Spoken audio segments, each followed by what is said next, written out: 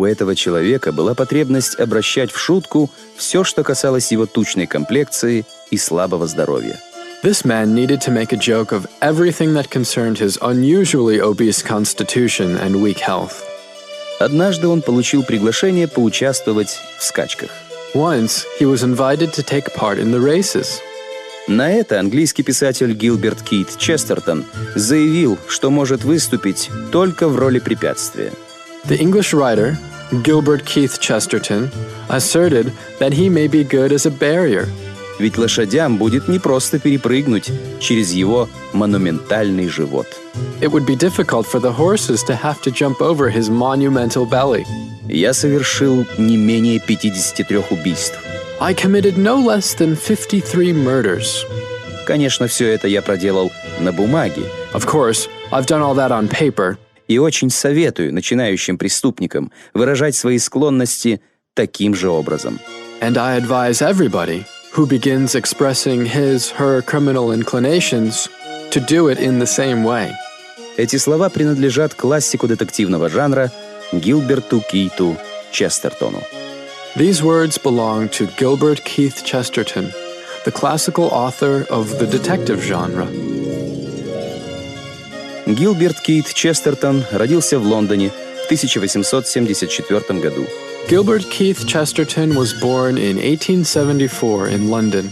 В детстве он играл в сыщиков и старательно вживался в образ. In his childhood, he played the cops and assiduously got the feel of his role. Став взрослым, он вспоминал. Having become an adult, he recalled, «Я не притворялся. Я просто стал сочинять детективы раньше, чем научился грамоте». I didn't pretend. I just began to write detectives earlier than I learned to read and write. В привилегированной частной школе неуклюжий подросток не блистал знаниями. Он был поглощен сочинением стихов. In privileged private school, the awkward teenager wasn't conspicuous by his knowledge. He was engrossed in writing verses. Одноклассники посмеивались над ним и однажды набили его карманы снегом, а мечтательный Гилберт заметил это только когда под партой образовалась лужа. His classmates laughed at him. Once they packed his pockets with snow, but dreamy Gilbert noticed it only when a pool appeared under his desk. В 27 лет Гилберт женился. At the age of 27, Gilbert got married. Его жена Фрэнсис Блогг взяла на себя заботу обо всех делах мужа.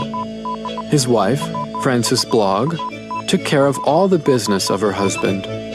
Она устраивала его встречи с издателями, составляла график поездок с лекциями. She arranged his meetings with publishers, made schedules of his travels with lectures.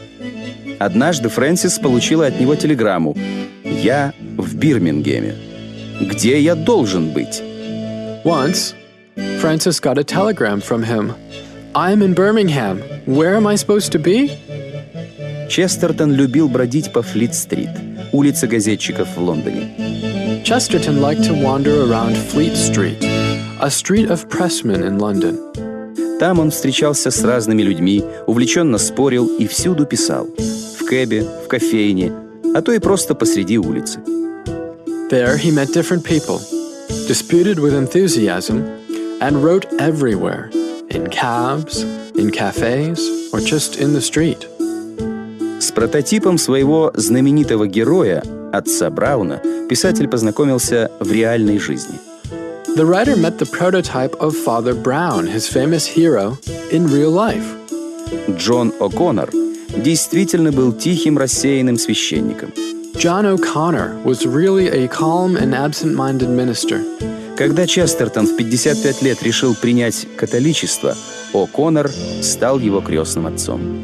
At the age of 55, when Chesterton decided to enter Catholicism, John O'Connor became his godfather. Честертон никогда не относился всерьез к своим произведениям и упорно называл себя не писателем, а журналистом.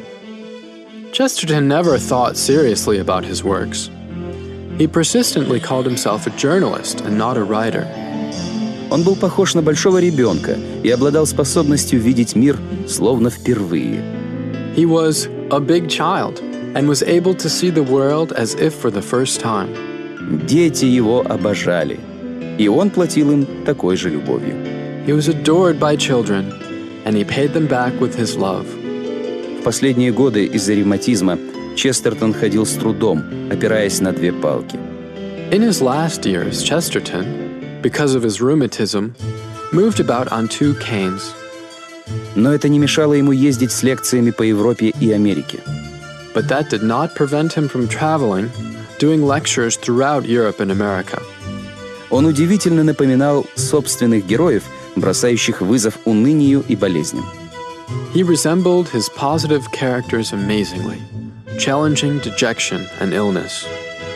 Гилберт Честертон умер в 1936 году. Gilbert Chesterton died in 1936.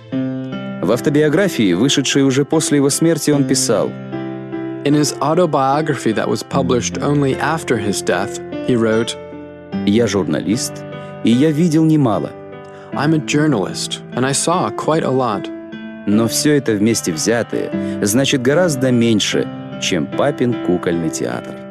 But even putting all that together means for me far less than my father's puppet show.